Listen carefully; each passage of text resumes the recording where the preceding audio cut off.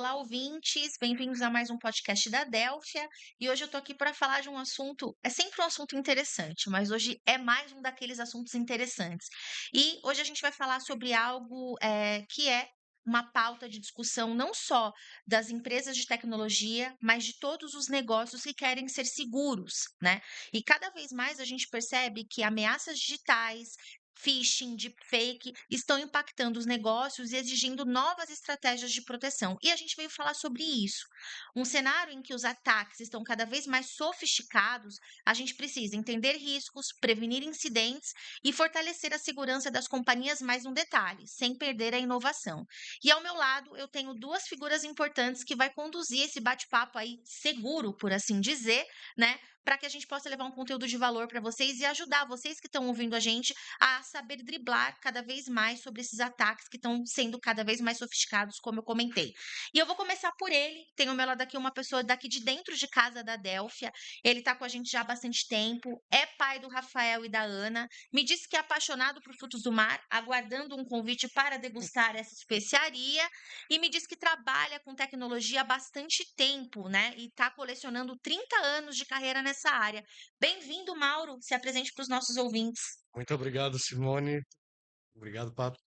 É, Bom, como você mesma disse, estou há 30 anos na área de TI como um todo, 10 anos na área de cibersegurança.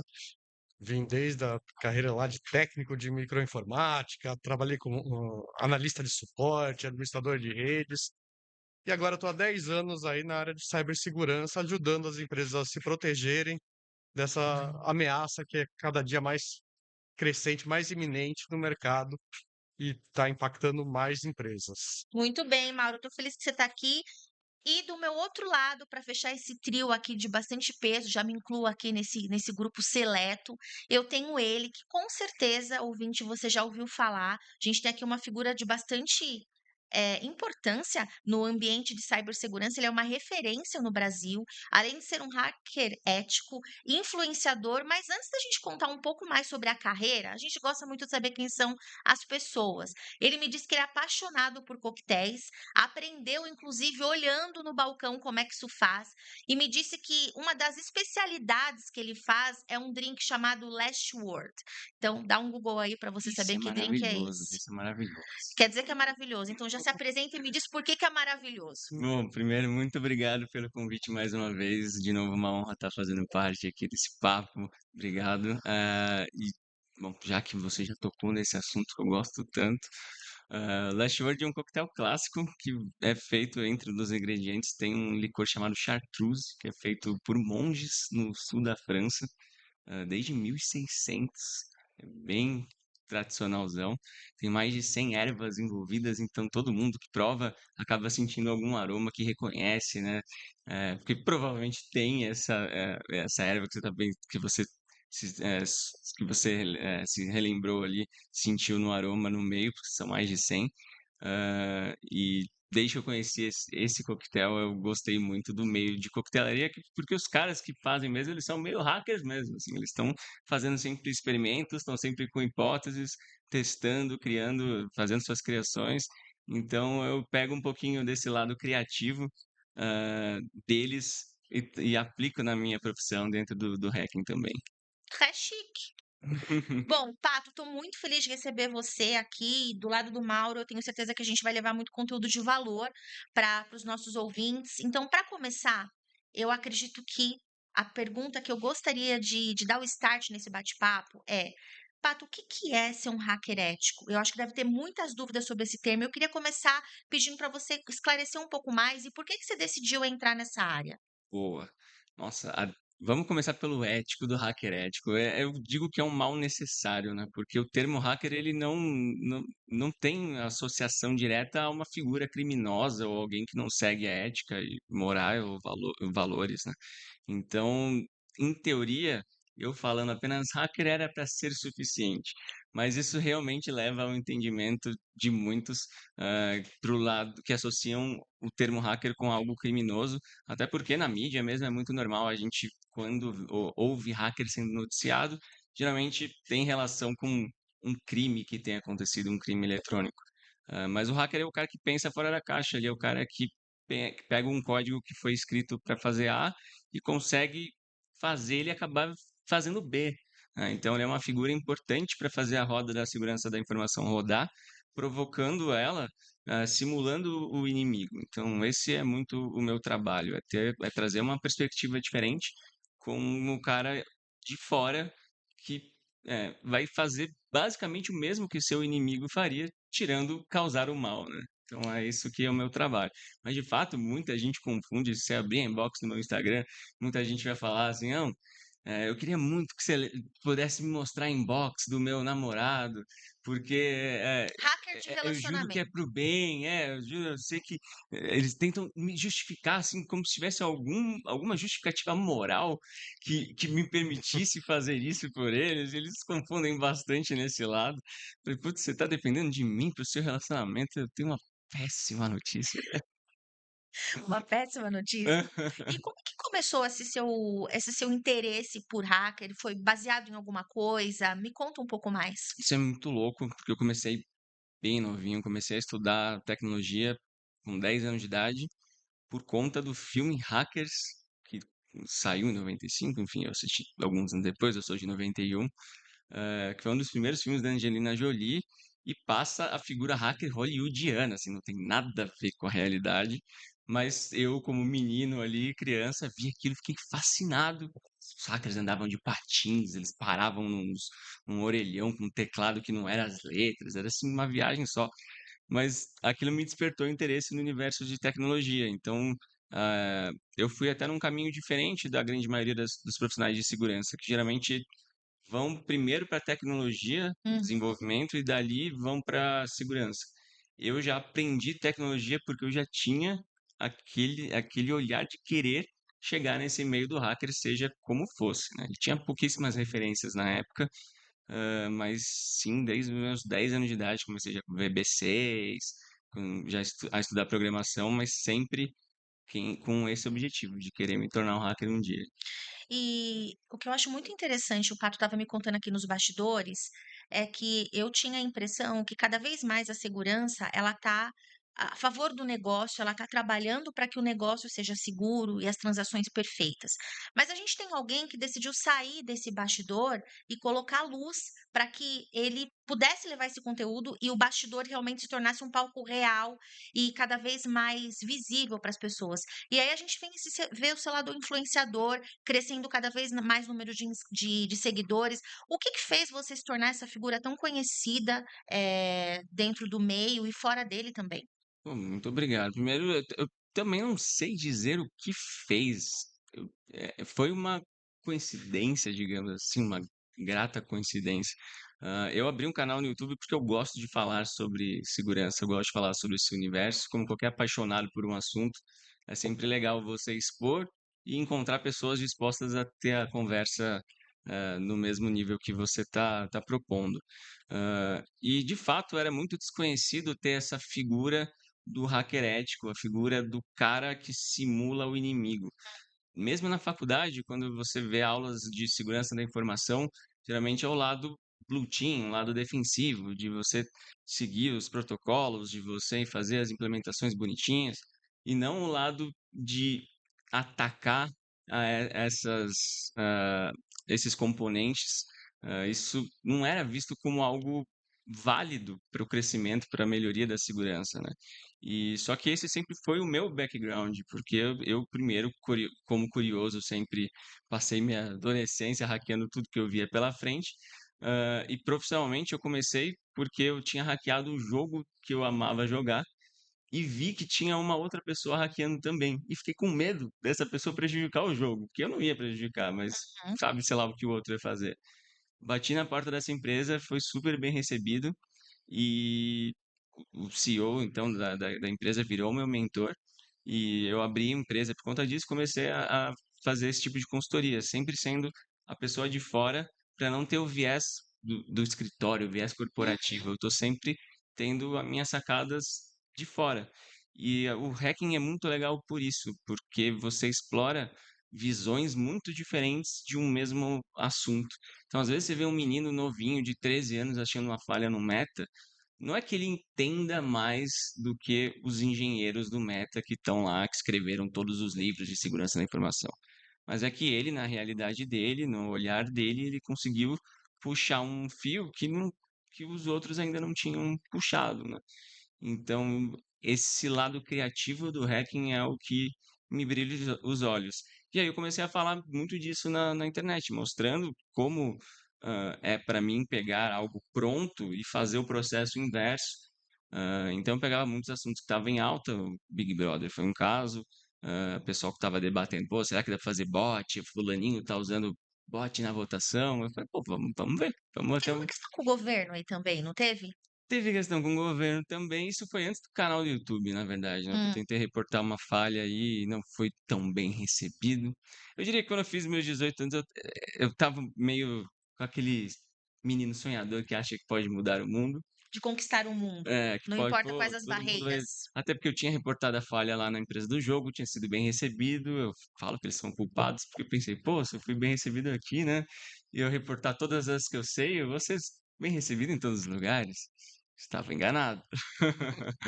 E uma dessas tentativas no órgão do governo não foi tão bem recebida assim, Uhum. porque até porque nem os culpo tanto, porque de fato pensar nessa figura de alguém vindo de fora querendo contribuir é algo que a gente já fica meio tipo, pô, pera lá, esse cara tá querendo me ajudar, a troco de Assim, quê, né?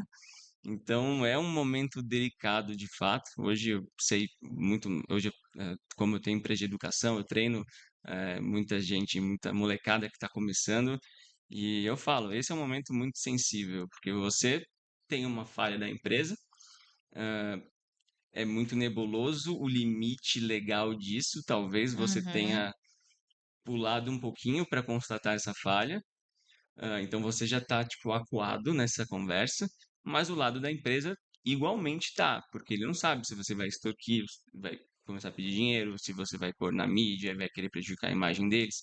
Então é uma conversa tensa que ambos os lados têm razões para temer. boa. Então eu fui aprendendo que o jogo de cintura para conseguir avançar isso. Hoje, como isso já está mais divulgado, que existem sim as pessoas bem intencionadas Uhum. reportando falha, isso tem melhorado bastante e eu usei bastante no meu canal para divulgar essa cultura, né? Muito bem, obrigada, Pato, pela boa explanação. Espero, ouvintes, que quem tinha dúvida sobre o que que é um hacker ético, agora você não tem mais. E agora, avançando um pouco mais no nosso bate-papo, falando das ameaças em si, eu queria começar agora com o Mauro, ouvindo um pouquinho sobre tua opinião, Mauro. Como que você está avaliando hoje esses ataques recentes de phishing e deepfake?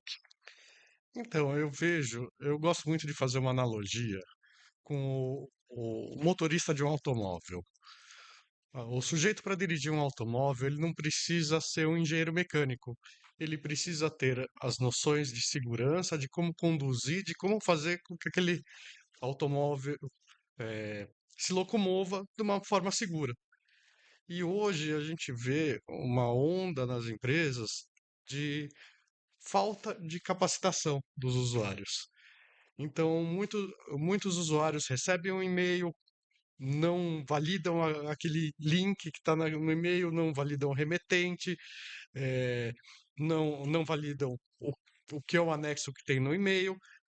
E isso se torna uma grande ameaça para a empresa, porque por mais mecanismos de proteção que você tem firewalls, EDRs, NDR, qualquer mecanismo, se o usuário lá na ponta final vai lá e faz um clique num link inválido, num link perigoso, onde tem um malware, onde tem um, um e-mail de phishing, né?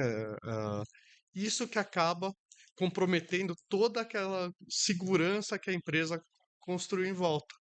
Então, a grande ameaça hoje, eu acredito que é a falta de capacitação dos usuários. O usuário que opera um notebook, um celular, o endpoint qualquer que seja, tem que ter um mínimo de capacitação, assim como o motorista de um veículo. Ele não precisa ser um engenheiro mecânico, mas ele tem que saber o mínimo de segurança. Eu Perfeito. vou dirigir dentro da velocidade controlada, eu vou dar seta quando eu for fazer uma conversão. É, essa é a minha Perfeito. visão. E, Pato, o que que mudou?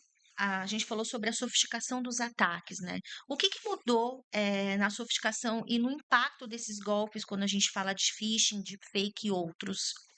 Ah, a barra subiu legal, né, e vai subir cada vez mais. Então, principalmente quando a gente fala de phishing, ah, a gente, principalmente a gente do meio, a gente tinha aquele ego, assim, que falava assim, não, eu não vou cair em phishing, eu percebo quando é um golpe, porque as mensagens geralmente são as mesmas, o mesmo discurso, a digitalização do golpe da praça, ah, ou eu percebo esse site mal feito porque o cara só fez essa tela, o resto é uma screenshot. Enfim, você tinha o lado do golpe em si não ser tão bem feito. Ah, porque geralmente ou o ataque ele era muito genérico, do tipo, olha a foto da sua mulher te traindo nesse e-mail. Você pode nem ser casado, você pode ser solteiro e aquilo não faz sentido nenhum para você. Então, o atacante ele faz uma mensagem extremamente genérica e envia para um grande número de pessoas, porque para uma pequena parcela a mensagem talvez case com o contexto e ele tenha sucesso na exploração. Essa era uma possibilidade. A outra era ele realmente estudar um alvo específico, do tipo entrar em redes sociais e ver parceiros comerciais e redigir, criar uma peça de phishing, um ataque realmente ah, artesanal, mas bem feito para o contexto daquele alvo deles.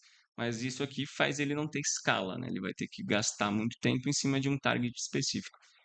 O uso da IA nesse meio traz esse grau de qualidade artesanal, do tipo, e ter entrado em uma rede social e entendido essa pessoa, com a escala do ataque genérico que pode ser replicado para muitas pessoas. Porque a IA vai gerar as peças por você, então você vai ter um volume de ataque muito mais Você tem mais eficiente. escala, Então, você então. tem mais escala e tem mais qualidade, porque a IA vai fazer uma pesquisa. Você vê os agents hoje em dia clicando nos links sozinhos, fazendo buscas, vendo os resultados, analisando. ah, Eles conseguem fazer uma peça individualizada para aquela pessoa. Então, mesmo para um ataque a uma mesma entidade, uma mesma empresa, você tem IAs que montando algo específico para cutucar, Hum, para trigar aquele sentimento na pessoa XYZ, porque viu que ela gosta do restaurante tal, da banda tal, e ele trabalha no marketing de tal forma, e isso uhum. tudo se transformado em uma peça muito segmentada, que tem muito mais chance de sucesso do que as genéricas teriam. Então, Rising the Bar, assim, a qualidade realmente do ataque ah, vai subir drasticamente e com a facilidade de escala, a gente vai ver isso com muito mais frequência Mais acontecendo. vulnerabilidade, né? Com certeza, assim, é o fator humano, como você estava comentando, né? Assim, o fator humano ele é sempre um risco. Claro que a gente tem ferramentas, temos procedimentos, mas a gente tem as nossas vulnerabilidades humanas, né? Nosso ego, aquilo da gente achar que achamos a promoção perfeita e queremos aproveitar. Então, todos esses nossos sentimentos, quando explorados, podem ser explorados contra nós Hum. mesmos, e certamente os golpistas vão fazer uso disso, com a IA ainda mais. E os dados no Brasil são alarmantes quando a gente fala de segurança, né? Tem uma pesquisa recente aqui do Laboratório de Inteligência da Fortinet que fala que o Brasil ele tem mais de 314 bilhões de tentativas de ataque no primeiro semestre desse ano, concentrando 84% das ameaças na América Latina e Canadá. Pessoal, realmente é alarmante. E por falar nisso, Mauro, eu queria ouvir um pouco de você. Quais são as principais portas de entrada para esses ataques, no teu ponto de vista? Olha, como eu já disse, anteriormente, o elo humano realmente é o grande, é o elo mais fraco da corrente. Seja por uma promoção, seja por uma ameaça, como o Pato comentou, eu tenho fotos da sua esposa nua, eu tenho. Tá aqui, olha, a televisão que você queria comprar, que custava R$ 5.000, agora tá por R$ 3.000, e aí é o fator humano que clica lá naquele botão. Isso analisando pela perspectiva do phishing, realmente. Mas quando a gente fala de mecanismos de segurança, eu tenho um firewall, tenho um IDS, um IPS, a gente cai novamente no erro humano. O pior firewall bem configurado, ele é 1000 vezes mais efetivo do que o melhor firewall mal configurado. Então a gente tem sempre vai cair no fator humano. Quem configurou, configurou da maneira correta, tinha conhecimento suficiente para realizar aquela atividade. né? Perfeito. Então eu sempre martelo nisso. O fator humano é O o humano é que o centro, gera, né? é o humano centro, é o Acho que maior vetor de ataque. O sistema é feito, todo sistema é feito para alguém usar. Se esse alguém não usar do jeito certo, é muito difícil você ter outra medida. A gente tenta, a gente Uhum. coloca reforços, a gente coloca autenticação de 2 fatores, a gente tenta de tudo, mas alguém tem que ter acesso ao recurso que você está criando. Uhum. Se esse alguém tiver sido enganado, estiver executando uma ordem que ele achava que era legítima, isso sempre vai ser um vetor de ataque, sempre vai ser uma vulnerabilidade no sistema, né? E quando você fala de vulnerabilidade, Pato, na prática, pelo que você vem acompanhando, onde você vê que os times estão mais vulneráveis? Eu acho que é onde tem mais interação humana com o lado de fora, né? Onde você tem mais abertura para receber uma mensagem, por exemplo. Então, se a gente fizer uma alusão ao mundo real, e você tem um prédio que ele é só para funcionários, ele tem um portão na entrada e não entra ninguém que não seja um staff, ele vai automaticamente ser mais seguro do que uma loja que tem que receber clientes que vão ter acesso físico a determinada área da loja. Então, quero dizer, por exemplo, uma área de atendimento, ele precisa interagir, vai permitir uma interação maior com o possível cliente. Hum. Sei lá, um RH que está fazendo um processo seletivo vai receber contatos, vai receber currículos. Acho que esses momentos, eles representam sim uma certa fragilidade de segurança, mas claro, a infra como um todo, se ela não estiver bem montada, se tiver uma janela aberta, esse prédio pode ser blindado, mas existe, se tem uma janela aberta, ela é um problema, ela vai ser um fator de entrada também. Mas o que a gente tem visto em grandes ataques, principalmente de ransomware, ataques que comprometem redes como um todo, ah, eu diria ainda que o que está mais em alta são essas interações humanas, então pessoas sendo enganadas internamente e executando algum procedimento achando que ele era legítimo, ou insider mesmo, uma contratação, alguém que é parte do time e que está agindo em prol de algum criminoso. Hum. Esses estão sendo os problemas mais complicados da segurança atualmente, a meu ver. Um ponto importante que eu queria acrescentar é que as empresas não colocam hoje em dia segurança como parte essencial da aquisição de outros ativos para a empresa. Eu vou adquirir um sistema, um CRM, um ERP, um sistema financeiro, ou qualquer que seja o sistema. Elas não analisam quais as vulnerabilidades que existem, como que aquela empresa que desenvolve aquele sistema reage a vulnerabilidades. A segurança normalmente ela é reativa. Ah, eu tenho um sistema X, como é que eu protejo esse sistema? Agora eu comprei o sistema Y. Como é que eu protejo esse sistema? Não se pensa antes. Vou comprar o sistema, ele é um sistema seguro? Quais os riscos que eu tenho em comprar esse sistema? Eu imagino que a segurança da informação, o cenário ideal, ela teria que ser envolvido no processo de qualquer mudança sistemática, seja de hardware, seja de software da empresa, para avaliar aquilo desde o pontapé inicial. O que você está querendo dizer é que falta as empresas serem mais preditivas, Falta ser mais proativas, proativas. proativas no início de qualquer aquisição, de qualquer grande mudança que afete o sistema da informação, envolver segurança e não depois de implantado falar como é que eu Resolve. faço para ficar seguro? Isso Uhum. que eu já implantei. E interessante isso, porque o Mauro trouxe uma situação que acho que todos nós passamos, que é, por exemplo, uma troca de CRM dentro da empresa. Parece uma atividade, uma troca de um sistema importante, mas quantos de nós já parou para pensar que antes dessa troca a gente deveria ter a área de segurança junto, trabalhando lado a Sim, lado, sim. e não acionar os profissionais de segurança depois que a gente implementa, porque com certeza a gente teria muito mais benefícios, ou ainda, né? A gente evitaria uma série de vulnerabilidades, posso dizer Sim, a isso? gente poderia elencar alguma inviabilidade naquele CRM pelo ponto de segurança.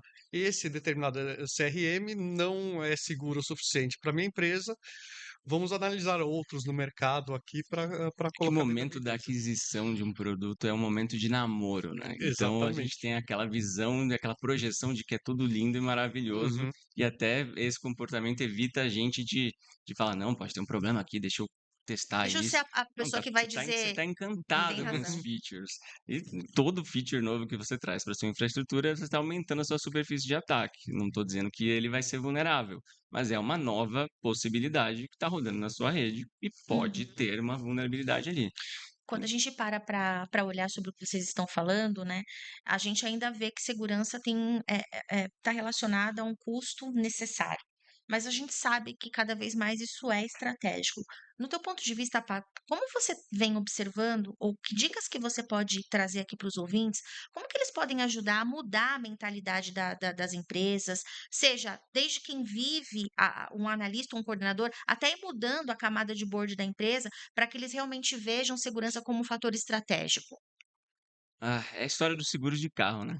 Na hora que você faz o seguro, é custo, momento que você precisa, aí se você não tem, você sente na pele.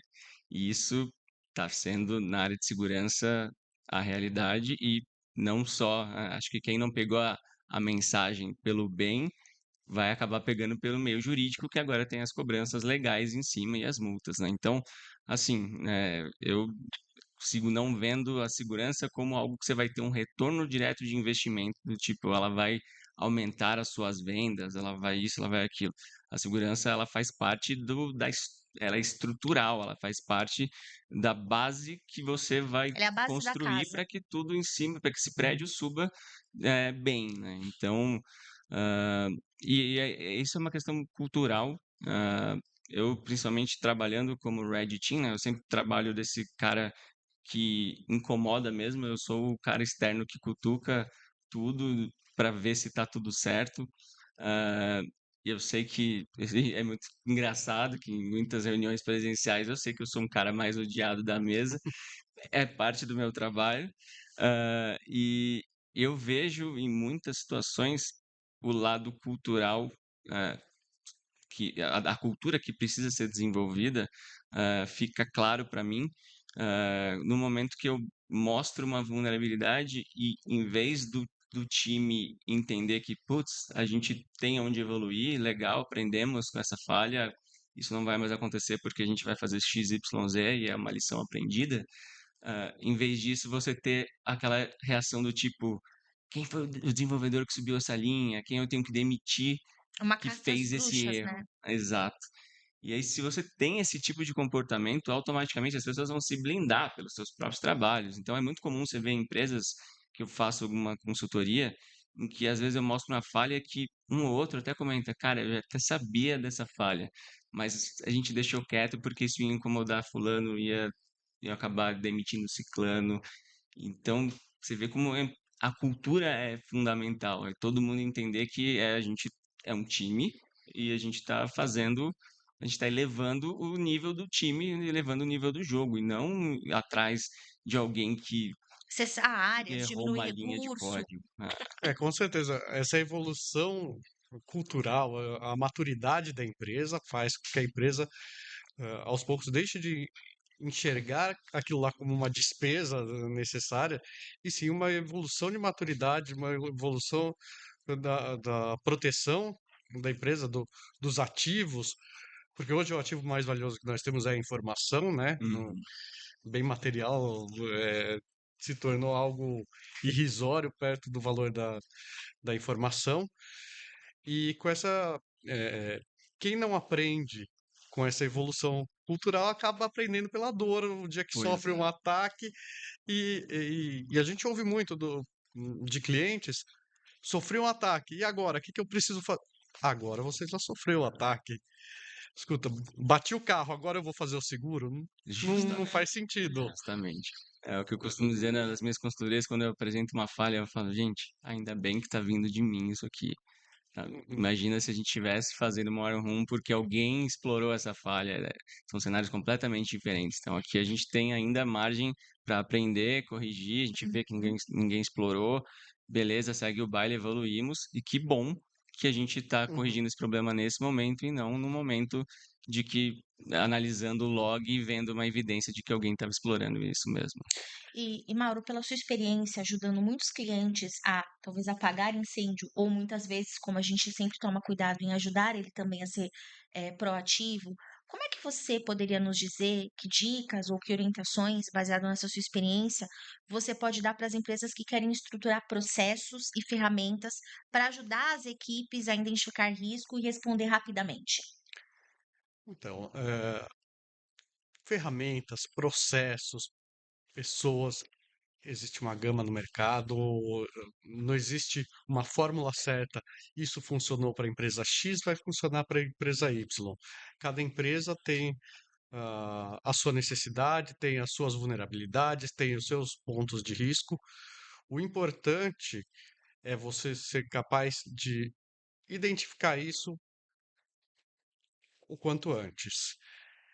E o que eu vejo é que as empresas dos mais diversos segmentos, o foco da grande maioria das empresas não é cibersegurança, são empresas de saúde, hospitais, indústrias, Inclusive o comércio, pessoal da área financeira, que é muito inclusive, latente. sim, e muitas vezes o cliente, o- quem é o nosso cliente, tem que olhar para o próprio umbigo e falar, não, eu não sou uma empresa de cibersegurança.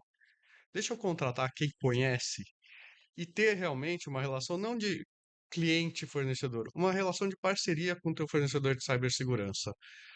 Falar, escuta, estou contratando a empresa X, estou contratando aqui a Delphia para ser meu parceiro de segurança, que vai me ajudar na criação de um roadmap de segurança, onde eu estou hoje, onde eu quero chegar, qual o nível de segurança. Eu não posso falar que o supermercado aqui da esquina quer ter o mesmo nível de segurança que o Pentágono. Então, temos que ser realistas, analisar onde você está, qual o risco do teu negócio e aonde você quer chegar. E se você não tem condições de fazer aquilo internamente, arrume um parceiro confiável, trabalhe com alguém que você confia, que pode te dar as orientações, que possa trabalhar junto num roadmap. O que nós vamos fazer a curto prazo, a médio prazo, a longo prazo, para ter uma organização segura. E você, Pato, o que você Boa. pode dizer disso? Eu complemento dizendo que tem uma frase que a gente às vezes escuta bastante, que é time que está ganhando não se mexe. E é totalmente o oposto a ideia dentro de tecnologia, porque tecnologia muda a cada semana. A gente está vendo aí a IA, o que a gente tinha como modelo ideal semana passada, provavelmente essa semana já não é mais o melhor. Segurança da informação, mesma coisa. A gente está sempre com novas vulnerabilidades sendo descobertas, com novas técnicas sendo desenvolvidas. Então, às vezes, o que você montou há 2 anos atrás e que era ideal, esse ano talvez não seja mais. O que a gente tinha como uma criptografia perfeita ou o ambiente perfeito, a gente aprende que com muitas pesquisas que têm saído que de repente não é mais. Tecnologia muda de forma constante. Então, naturalmente, o departamento de tecnologia e a parte de segurança da informação, elas precisam estar em movimento conjunto. A gente está aqui falando da evolução dos atacantes. Eles estão em movimento constante. Eles estão elevando o padrão do ataque. E o único jeito de você ganhar um jogo em que o seu competidor está sendo melhor é evoluir e jogar de igual ou ser melhor do que ele, né? Então, E a gente sempre cai na questão das pessoas, como vocês estão trazendo, né? A tecnologia é feita para as pessoas e pelas pessoas. O que a gente não pode deixar de ter nas agendas dos times é a capacitação. Porque eu costumo dizer que a IA é o oxigênio, mas as pessoas são os pulmões. Então, se a gente não deixar na agenda das equipes uma forma delas se capacitarem, porque como o Pato comentou, os hackers, os invasores, desculpa, eles estão se se aperfeiçoando. As empresas precisam estar nesse movimento, porque é uma tecnologia que funciona hoje, amanhã ela pode estar defasada e a gente surge uma nova tecnologia, novas possibilidades. A gente tem um ruído de informação todos os dias. Como filtrar aquilo que realmente importa? A escolha de parceiros estratégicos, é, é, revisitar alguns paradigmas de que time que está ganhando pode se mexer, pode ser aprimorado, pode amadurecer, e sempre pensar nas pessoas como o ativo mais importante dessa transformação e na proteção dos ambientes, né? E chegando, indo para o finalzinho, porque eu sei que a conversa está super gostosa, mas olha, tô falando o meu ponto que eu já estou aqui avançando o horário, então eu quero realmente avançar aqui com mais duas últimas perguntas, que é que dicas que vocês podem dar para os nossos ouvintes quando a gente for olhar para o futuro? A gente está falando muito de A, como o Pato já puxou, falamos muito de pessoas, mas o que que a gente pode dizer sobre o futuro que nos aguarda sobre a questão de segurança? Queria começar por você, Pato. Uau, essa é uma pergunta e tanto. Acho que a única certeza que a gente tem é que os ataques vão melhorar, os atacantes vão subir de nível, a régua está cada vez mais alta. É a única certeza que a gente tem. A segurança da informação não é aquilo de é uma lição que eu fiz uma vez e pronto. Ela é constante, é um ciclo constante. Então, eh, esse movimento precisa, essa roda precisa continuar a girar. Então, acho que a dica em sentido de futuro é ficar realmente atento a cada inovação que está acontecendo, seja do lado ofensivo quanto do lado defensivo, e viver isso e realmente né, se antenar, né? Perfeito. E você, Mauro? Eu Como é que se vê o futuro? concordo com tudo que o Pato disse. É, e eu acho um fator primordial. Desconfie de tudo. Não acredite, não existe milagre, não existe promoção relâmpago. Desconfie. O elo mais fraco é sempre o ser humano. É ali que está a forma mais fácil de uma invasão, de um ataque. É um phishing, é uma engenharia social. Então, desconfie sempre. Muito bem. E aí, em uma palavra, eu sei que essa vai ser desafiadora. Em uma palavra, se vocês puderem deixar aqui um caminho, né? Em uma palavra ou em uma frase, vamos ampliar isso, para aquela empresa que está realmente refletindo sobre o seu ambiente de segurança, querendo realmente se blindar ou aprimorar. O que que ela deve fazer? Começando pelo Pato. Uau! Tem que se questionar sempre. Entender que o 100% seguro não existe e que ela precisa se questionar e colocar a teste tudo que ela tem e para buscar essa evolução constante. É um processo sem fim e quanto antes você conseguir, quanto mais você conseguir criar um processo que faça isso rodar mais rápido, melhor vai ser para você. Mauro? Eu acho que as empresas devem buscar construir um roadmap evolutivo, um caminho para uma estratégia de cibersegurança evolutiva. Nunca vai ter fim, nunca você vai chegar num ponto e falar: estou 100% seguro, não preciso fazer mais nada. Construa um caminho onde eu quero estar ano que vem, daqui 2 anos, daqui 5 anos. E revise esse teu roadmap sempre. Muito bem.